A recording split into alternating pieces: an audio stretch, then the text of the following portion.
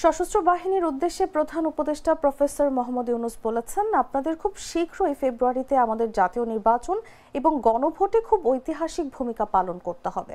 আগামী ফেব্রুয়ারি নির্বাচন কেবল একটি ঐতিহাসিক ল্যান্ডমার্ক নয়, এটি একটি শান্তিপূর্ণ এবং উৎসব মুখর আয়োজন।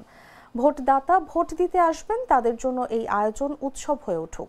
দেশ তা গর্বের সঙ্গে স্মরণ করবে। দেশ যাতে স্মরণ করে এই দেশকে ঘুরে দাঁড়ানোর জন্য এটি সত্যি একটি ঐতিহাসিক মুহূর্ত ছিল।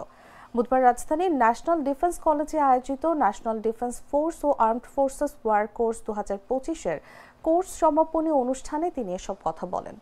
প্রধান উপদেষ্টা বলেন, মুক্তিযুদ্ধে আমাদের ঐতিহাসিক বিজয়ের এটি একটি বিশেষ মাস ডিসেম্বর।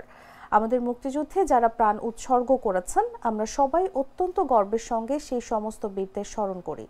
আমরা সংগ্রামের সময় সর্বস্তরের মানুষের আত্মত্যাগকেও আখ্যায়িত করেছি।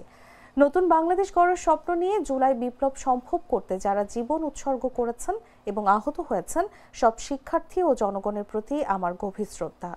গ্র্যাজুয়েশনের এই আনন্দময় মুহূর্তে আসুন আমরা আমাদের সাবেক প্রধানমন্ত্রী ও জাতীয় নেতা বেগম খালেদা জিয়ার দ্রুত আরোগ্য কামনা করে বাংলাদেশের সব মানুষের পক্ষে আল্লাহর কাছে দোয়া করি।